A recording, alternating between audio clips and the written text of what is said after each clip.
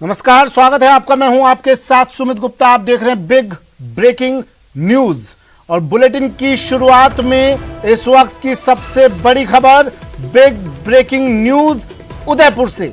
एक ही परिवार के 6 लोगों की मौत। 6 लोगों की मौत से हड़कंप मच गया है। 4 मासूम बच्चों सहित पति पत्नी की मौत हो गई। खुदकुशी या हत्या, इसका खुलासा नहीं हुआ है अब तक। पुलिस जांच में जुटी है। पुलिस तमाम पहलुओं को ध्यान में रखकर जांच कर रही है। पुख्ता जानकारी उसके बाद ही, पहले पूरी जांच की जाएगी, उसके बाद ही बताया जाएगा कि हत्या की आत्महत्या, कैसे इनकी मौत हुई। गोगुंदा थाना क्षेत्र के झाड़ोली गांव की ये घटना है। कपिल शिमाली मेरे सहयोगी उदयपुर से फोन लाइन पर जुड़ गए हैं। कपिल, क्या अपडेट अब इस पूरे मामले पर? पुलिस पहुंच चुकी है, जांच कहां तक पहुंची? देखिए, पुलिस जो गोगुंदा थाने के एसएचओ हैं वे मौके पर पहुंच रहे हैं। इसके अलावा एडिशनल एसपी जो है वो भी मौके के लिए रवाना हुए, क्योंकि बेहद गंभीर मामला है। 6 लोगों की डेड बॉडी जो है वो एक साथ मिली है, तो बेहद गंभीर मामला मानते हुए हर तरह से इन्वेस्टिगेट करने के लिए पुलिस की पूरी टीम मौके पर पहुंच रही है। इसके अलावा एफएसएल टीम को भी मौके पर बुलाने के लिए निर्देशित कर दिया गया है, ताकि सभी जरूरी साक्ष्य मौके से इकट्ठे किए जा सके और उसके बाद में ये पता लगाया जा सके कि ये मामला सुसाइड का है या फिर मर्डर का है।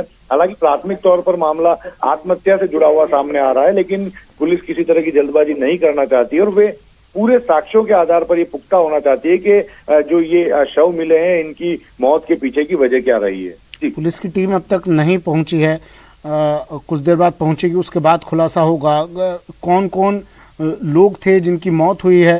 खैर, हत्या है या आत्महत्या, ये बाद में खुलासा होगा। एक ही परिवार के लोग थे, कौन कौन लोग थे? और बच्चे भी बताए जा रहे हैं इसमें, उनकी उम्र क्या थी? देखिए, अभी उम्र का जो है वो स्पष्ट नहीं हुआ है, लेकिन जो प्राथमिक जानकारी, पति पत्नी के अलावा 4 बच्चे हैं, चारों मासूम बच्चे बताए जा रहे हैं। संभावना है कि लगभग 10 से कम उम्र जो है, 10 वर्ष से कम उम्र इनकी हो सकती है, ये जानकारी दी जा रही है। और जो गांव है, गांव के अंदर एक घर के अंदर उनके शव जो है वो मिले हैं, इस तरह की जानकारी अब तक सामने आई है।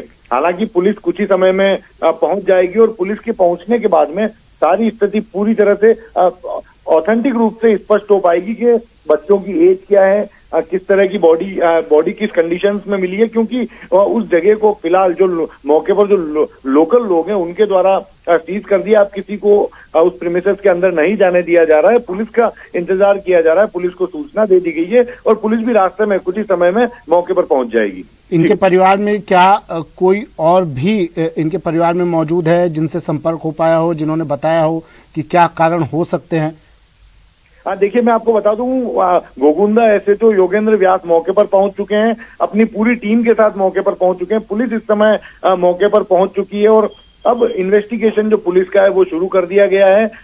जो पूरा जो इलाका है उसे फिलहाल सीज कर दिया गया है, क्योंकि एफएसएल टीम को मौके पर बुलाया जाएगा। एफएसएल टीम के मौके पर आने के बाद में जो है जरूरी साक्ष्य वहां से जो पुलिस को इकट्ठे करने हैं वो किए जाएंगे। ठीक है, शुक्रिया कपिल तमाम जानकारी के लिए। गोगुंदा थाना के एसएचओ मौके पर पहुंच चुके हैं, पुलिस टीम मौके पर मौजूद है और अब तमाम साक्ष्य जुटाए जाएंगे। एफएसएल टीम को भी मौके पर बुलाया गया है।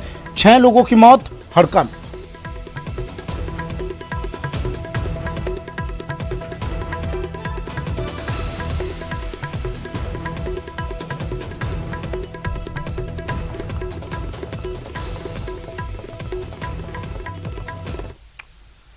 चलिए सीधा लिए चलते हैं। मुख्यमंत्री अशोक गहलोत पत्रकारों से बात कर रहे हैं।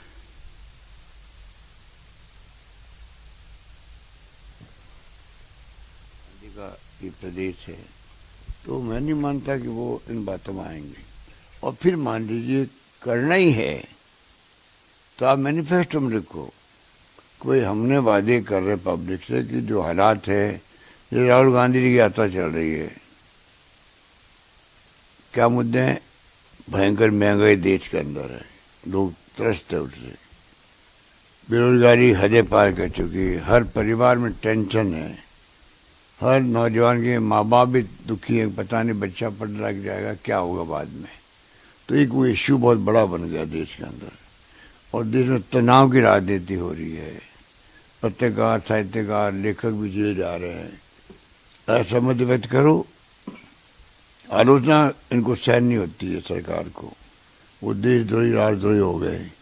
तो ये राजनीति का खात्मा करना चाहते हैं राहुल गांधी जी, इसलिए उन्होंने कहा शांति सद्भावना राजनीति हो, हिंसा का स्थान नहीं होना चाहिए। क्या कारण है अशोक जी कि अभी तक आपका शीर्ष गुजरात में कैंपेन करने नहीं आया? 10 दिन बच गए इलेक्शन को, आज राहुल गांधी पहली बार आ रहे हैं।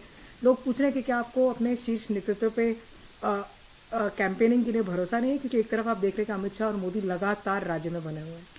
वो तो घबराए हुए हैं, वो घबराए हुए हैं। इसलिए प्रधानमंत्री मोदी जी जब से चुनाव जीतते हैं यूपी का, दूसरे दिन से आने लग गए वीकली, अमित शाह जी आने लग गए। इसका मतलब उनको लगता है सफाया हो रहा है कहीं बीजेपी का। हर वीकली आना प्रधानमंत्री का क्या मायने रखता है? आने की जरूरत नहीं है। प्रधानमंत्री का पद इतना बड़ा होता है, और गुजरात के प्राइम मिनिस्टर हमारे हैं, उनका नाम ही बहुत बड़ा है। वो आके क्यों बार बार यहाँ पर लोगों को संदेश देने का प्रयास कर रहे हैं? क्या जरूरत है? तो ये बताता है कि उनकी हालत बहुत ही कमज़ोर है। इसलिए अमित शाह जी ने और मोदी जी ने डेरा डाल रखा है गुजरात के अंदर। हमें जरूरत नहीं है। राहुल गांधी जी यात्रा में है। यात्रा क्यों है? खाली वो जो रूट पे चल रहे हैं उनके लिए नहीं है। यात्रा पूरे हर देश के सब राज्यों के लिए है, सब राज्यों के लिए है। उसमें गुजरात भी आता है। गुजरात भी गांव में और घर तक बात पहुंच गई है कि राहुल गांधी के मुद्दे क्या देश के लिए। बोलते रहते हैं, ट्वीट करते रहते हैं, वही काम आएंगे हमारे। फिजिकली आना उनका संभव नहीं था, क्योंकि वो यात्रा को बहुत ही रिलीजियसली और सेंसिटिविटी के साथ में पूरा करना चाहते हैं। इसलिए वो मतलब यात्रा को प्रायोरिटी दे रहे। दिल्ली भी नहीं आ रहे वो, तो यात्रा को प्रायोरिटी दे रहे हो, पर यात्रा का मैसेज तो है ना गुजरात के अंदर, तो वही है। अब जो आ रहे हैं तो आप देख रहे हैं कि वो अपनी बात कहेंगे आज। अशोक जी, बयान कुछ आपके यहाँ के राज्य के नेता दे रहे हैं जो कह रहे हैं कि Muslims will save the party, Muslims will save the country. एक आपके एमएलए ये कह रहे हैं कि मुस्लिम्स की कोई हिंदू के लिए कोई डिस्पेंसरी उनके इलाके में नहीं खुलेगी। इस तरह के बयानबाजी को आप किस तरह से देखते हैं? देखिए, ये मैं नहीं मानता था कोई बयान दे सकता है। मेरा मानना है कि क्या संदर्भ था, लोकल क्या स्थिति थी, लोकल डिमांड क्या थी लोगों की, किस लिए कोई बात क्या कमेंट किए होंगे। कोई कह सकता है हिंदुस्तानी इस प्रकार से कोई कौम के बारे में? पर उनकी वीडियो हर जगह पे है, और ये वीडियो के बाद आप जानते हैं कि उसको भी तो टेम्परिंग कर देते हैं। कोई हिंदुस्तानी नहीं कह सकता है, चाहे मुस्लिम हो चाहे हिंदू हो, कोई एक कौम एक धर्म के लोग अकेले कुछ नहीं कर सकते। देश को बनाना है तो सभी जाति सभी धर्म के लोग, सभी भाषा बोलने वाले लोगों को साथ आना पड़ेगा। आज देखिए 70 साल से देश एक रहा, अखंड रहा। इंदिरा गांधी जी ने अपनी जान दे दी, पर खालिस्तान नहीं बनने दिया। कोई कम बात थी क्या? राजीव गांधी शहीद हो गए देश के लिए। तो एक आपके हमारे देखते हुए इतिहास है देश का, त्याग का, बलिदान का। आज़ादी के पहले का भी है, आज़ादी के बाद का भी है। इसलिए ये जो वायरल करते हैं या कोई लोग भ्रमित करने का प्रयास करते हैं, लोग भ्रमित होने वाले नहीं हैं। प्रधानमंत्री ने कल के नेताओं का ये कहा है कि आप ऐसे फोर्सेस के साथ खड़े जो नर्मदा आंदोलन के समर्थक में थे, और कहते हैं कि कांग्रेस पार्टी से पूछा जाना चाहिए कि आपको क्यों वोट किया जाए अगर आप ऐसे लोगों के साथ खड़े जो गुजरात विरोधी है।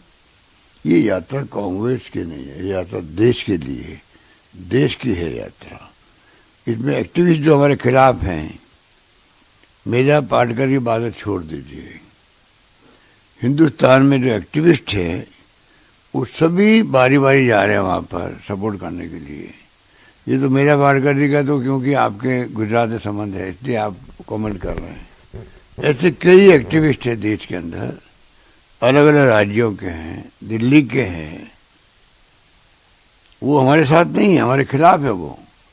तब भी यात्रा को मॉरली सपोर्ट करने जा रहे हैं, क्योंकि मॉरली वो मानते हैं कि राहुल गांधी जी का जो कारवां चल पड़ा है मुद्दों को लेके, उसमें दमखम है, देश हित के अंदर है वो, इसलिए वो जा रहे हैं, कर रहे हैं।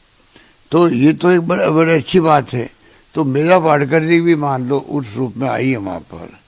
तो बीजेपी और आरएसएस जो लोग हैं हमारे खिलाफ में, अगर वो भी देखते हैं कि राहुल गांधी जी का कारवां चल पड़ा, उसमें जो मुद्दे हैं वो देशवासियों को उद्वेलित किए हुए हैं, परेशान किए हुए हैं, चिंतित किए हुए हैं, तो वो भी आ जाए यात्रा के अंदर, चले साथ में। आरएसएस का हो चाहे बीजेपी का, हमें क्या ऐतराज उसमें। तो ये कोई राहुल गांधी खुद की यात्रा नहीं है। राहुल जी ने खुद ने कहा मैं एक यात्री की तरह हूँ यात्रा के अंदर। वो अलग बात है, वो कांग्रेस प्रेसिडेंट रहे हुए हैं, वो देश के नेता हैं, तो नेचुरली उनका नाम आगे आएगा। पर एक यात्रा चल पड़ी है, उद्देश्य लेके चल पड़ी है, उसमें जो आए उसका स्वागत है। तो आपकी पार्टी को कोई ऐसा नहीं कि मेधा पाटकर के साथ नजर आए राहुल गांधी? गुजरात इलेक्शन के बीच में मेधा पाटकर के खिलाफ एक अपना एक लोगों के बीच में आक्रोश है गुजरात में। आप इस पे कोई रिग्रेट नहीं है आपकी पार्टी को कि मेधा पाटकर उस समय नजर आई जब गुजरात इलेक्शन में कैंपेन चल रहा है? अगर मेधा पाटकर ही जाएंगे तो वो क्या कहेगा, आप नहीं आइएगा। अगर मान लो कोई एक्टिविस्ट जाता है तो उसको मना करेगी कांग्रेस के नेता, वहां उनको क्या निकाल देंगे वहां से। आए जिसका स्वागत है। ये कांग्रेस का जो यात्रा चल रही है, राहुल गांधी का कारवां चल रहा है, उसका ध्येय यही है, देश के तमाम विचारधारा के लोग, तमाम जो जातीय हैं, वर्ग है, धर्म है, भाषाएं बोलने वाले लोग हैं, तमाम एकजुट हो जाओ। जो मुद्दा है हिंसा का मुद्दा है, संविधान की धज्जियां उड़ रही है देश के अंदर, संविधान की धज्जियां उड़ रही है, लोकतंत्र कमजोर किया जा रहा है और लोग जेलों में बंद हो रहे हैं बिना कोई कारण के। बुलडोजर चढ़ रहे हैं देश के आम नागरिकों पर, बिना कानून के, बिना न्यायालय के आदेश के आप बुलडोजर चला दो, सरकार चला देगी बुलडोजर, तो कल आपके हमारे घरों में चल जाएंगे। अगर यही राजनीति हो गई है, कानून का राज खत्म है, संविधान से देश नहीं चलेगा, तो आज इनके यहाँ कल किनके यहाँ जाएगा बुलडोजर, समझ सकते हैं। जो लोग बड़े बड़े हीनियस क्राइम किए हुए हैं उनकी पूरी सुनवाई होती है सुप्रीम कोर्ट तक, उसके बाद में उनकी सजा मिलती है, एग्जीक्यूट होती है सजा। तो ये कहाँ का न्याय है, बुलडोजर चला दो। तो बुलडोजर की राजनीति चल रही देश के अंदर, उसके खिलाफ राहुल गांधी है। एक बहुत दुखद घटना जो हमने दिल्ली की एक लड़की के 35 टुकड़े करके फेंक दिए गए। भाजपा ये कहना है कि अगर मोदी जी को 24 में दोबारा नहीं लेके आए तो ये इस तरह के आफ्ताब हर घर से निकलेंगे। अब बताइए आप, ये कहाँ का सोच है, बीजेपी का सोच कहाँ के लेके आ गए वो इस प्रकार की घटनाएं देश के अंदर।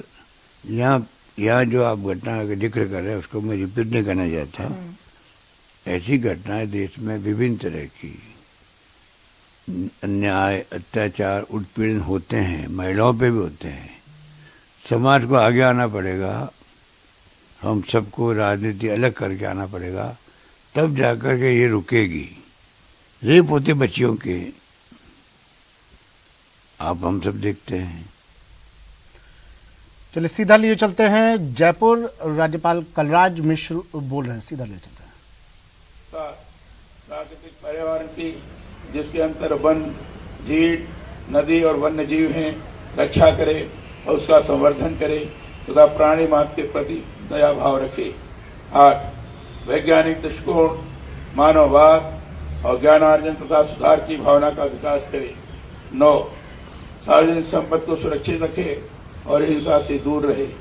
10 व्यक्तिगत और सामूहिक गतिविधियों के सभी क्षेत्रों में उत्कर्ष की ओर बढ़ने का सतत प्रयास करे, जिससे राष्ट्र निरंतर बढ़ते हुए प्रयत्न और उपलब्धि की नई ऊंचाइयों को छू ले। 11 जो माता पिता या संरक्षक हो वह 6 से 14 वर्ष के बीच के आयु के यथास्थिति अपने बच्चे अथवा प्रतिपाल को शिक्षा प्राप्त करने के अवसर प्रदान करेगा। धन्यवाद।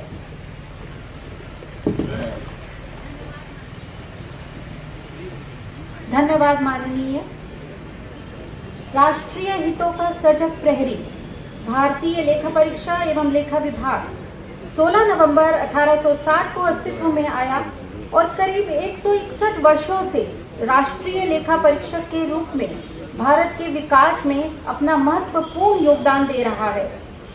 CAG's लोगो लोक हितार्थ सत्यनिष्ठा, dedicated to truth in public interest को चरितार्थ करते हुए ये संस्था सुशासन को स्थापित करने हेतु निरंतर देश की सेवा के लिए समर्पित है।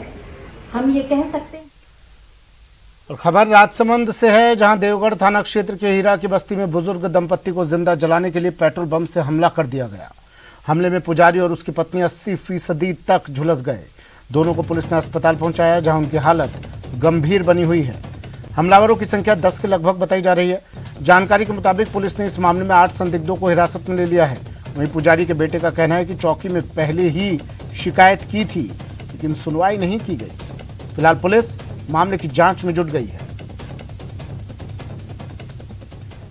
दुकान से 10 आदमी और लकड़ी से वो आग जल रही थी आगे, और पेट्रोल ऊपर डाल के तुरंत लकड़ी से लगा दिया और आग लेने लग गई। मेरे को पीछे बांध दिया दुकान में, खुल करके बाहर जाके उनको पानी डाल के बचाया। गांव के अलावा कोई नहीं है और मंदिर का रगड़ा चल रहा था। थाने में 20 रिपोर्ट दे चुके हैं, कोई कानूनी कार्रवाई नहीं करता है। इसमें एमएलए शामिल रहता है, एमएलए फोन लगा देता है, थाने में आता नहीं है पुलिस वाले कोई भी। और इसमें सरपंच की पूरी मरबंदी चलती है, जमीन खाने के लिए चल रहा है उसका काम।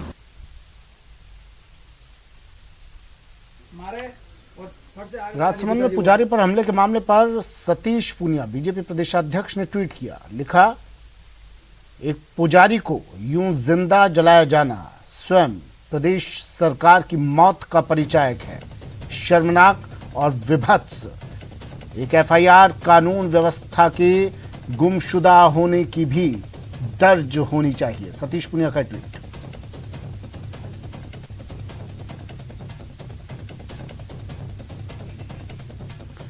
अल्केश सनाढ्य मेरे सहयोगी राजसमंद से फोन लाइन पर जुड़ गए हैं। बुजुर्ग दंपति पर अटैक, पुजारी पर अटैक और पुजारियों पर अटैक की ये घटना, ये वारदात पहली नहीं है। अल्केश, राजस्थान में लगातार एक के बाद एक पुजारियों को निशाना बनाया जा रहा है।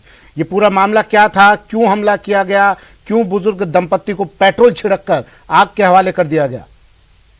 जी सुमित, मैं आपको बता दूं, ये देवगढ़ थाना क्षेत्र के हीरा की बस्ती गांव का ये पूरा घटनाक्रम है।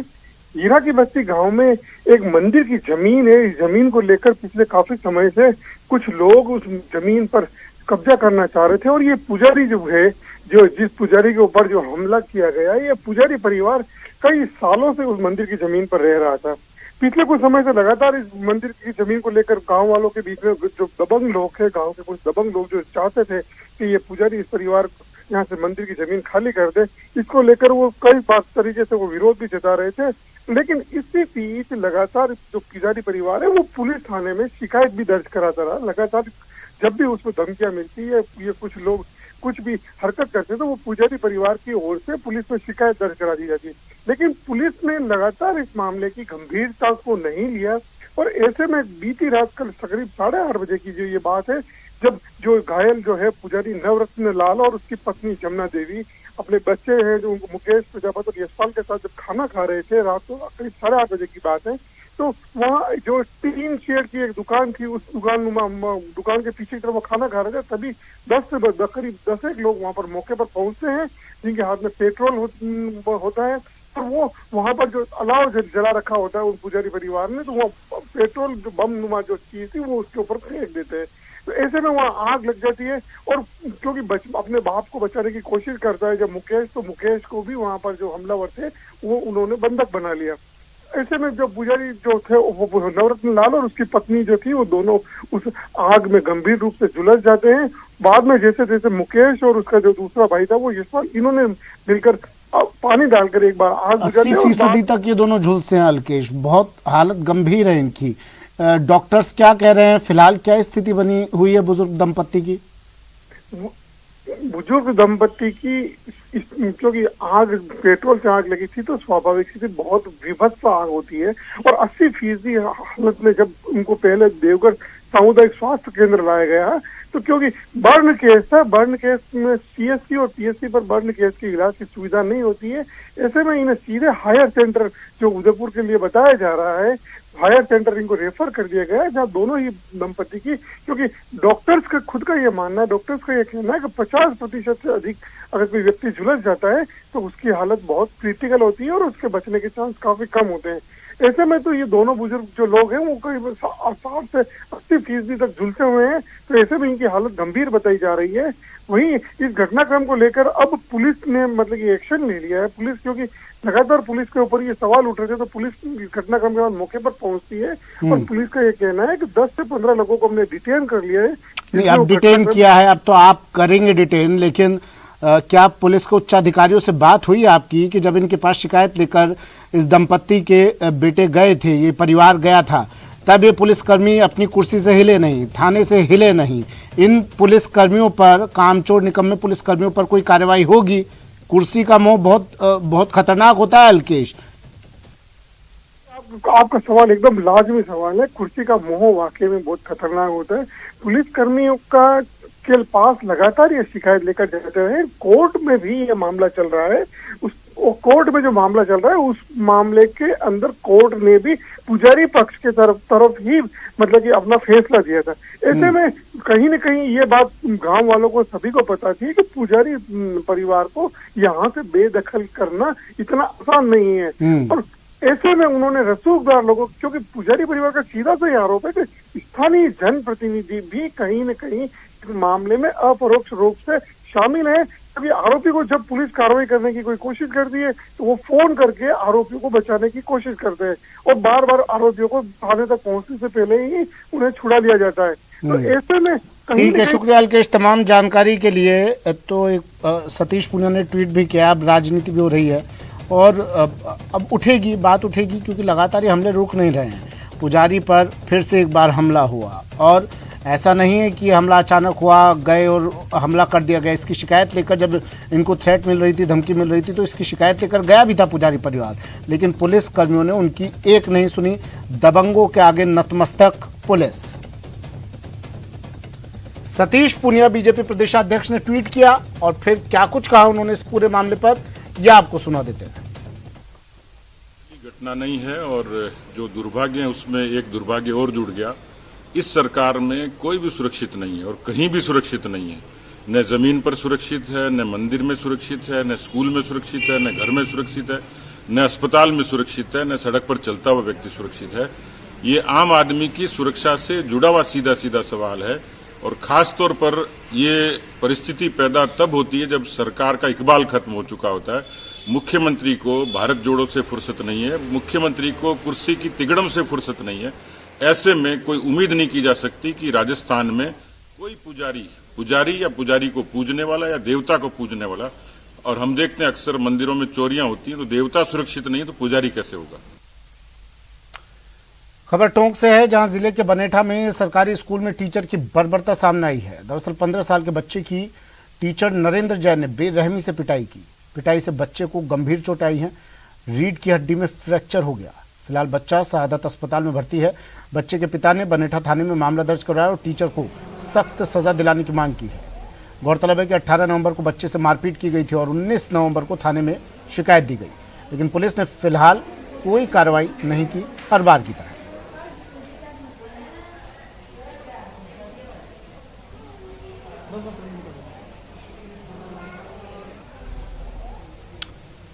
टीचर का टॉर्चर, साथ में पुलिस का भी, क्योंकि पुलिस कार्रवाई के नाम पर बस्ती नजर आती है।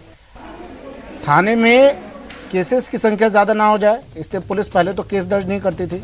अब जब मुख्यमंत्री का डंडा घूमा, मुख्यमंत्री की चाबुक घूमी, तो पुलिसकर्मियों ने केस दर्ज करने शुरू किए। 10 में से 5-6 केस दर्ज कर लेते हैं पुलिसकर्मी ये, लेकिन उसके बाद कार्रवाई के नाम पर कुछ नहीं, नील बटा सन्नाटा।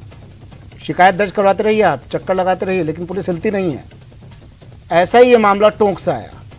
अब बच्चे की पिटाई की गई, लेकिन पुलिस ने अब भी कोई कार्रवाई इसमें नहीं की है। दौलत पारिक मेरे सहयोगी टोंक से हमारे साथ फोन लाइन पर जुड़ गए हैं। दौलत, कैसी हालत फिलहाल बच्चे की और क्या ये पूरा मामला था? देखिए, खबर चलाने के बाद में दरअसल जो जिला शिक्षा अधिकारी है उन्होंने अपने अधिकारियों को, जो ब्लॉक लेवल के अधिकारी है उनको भेजा है और तथ्यात्मक रिपोर्ट मांगी गई है। इधर मुख्यालय पर आज क्राइम की मीटिंग होने वाली है। तमाम अधिकारी है, पुलिस के थानेदार से लेकर के, और मीटिंग तो चलती रहती है, उसका मीटिंग का नतीजा क्या होता है? 19 तारीख को शिकायत दर्ज करवाई थी, कार्रवाई क्यों नहीं की पुलिस ने? मीटिंगों में व्यस्त है, एसी कमरे में बैठने में व्यस्त है पुलिस। फिलहाल किसी तरह की कार्रवाई नहीं हुई है। अभी थोड़ी देर पहले खबर चलने के बाद में ये हरकत में आए हैं विभाग के अधिकारी, और इनका ये कहना है कि पूरे मामले में तथ्यात्मक रिपोर्ट ली जाएगी। शिक्षा विभाग की ओर से रिपोर्ट का इंतजार किया जा रहा है, लेकिन पुलिस की ओर से पूरा पुलिस विभाग मीटिंग में पहुंच गया क्या चाय समोसे खाने के लिए? जी, इस पूरा पुलिस विभाग मीटिंग में पहुंच गया क्या चाय समोसे खाने के लिए? इस बच्चे को, इस जिस टीचर ने इस पर इसकी इतनी बर्बरता से पिटाई की, उस पर कोई कार्रवाई नहीं?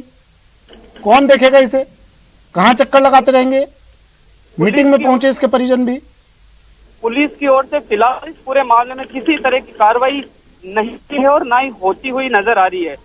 जी, बच्चे की हालत कैसी है दौलत अभी? बच्चे की हालत में जो रीढ़ की हड्डी में फ्रैक्चर है, फिलहाल हालत स्थिर है, लेकिन सादत अस्पताल में भर्ती है बच्चा, और हड्डी में जो फ्रैक्चर है वो तो है ही रीढ़ की हड्डी में। जी, ठीक है, शुक्रिया दौलत तमाम जानकारी के लिए।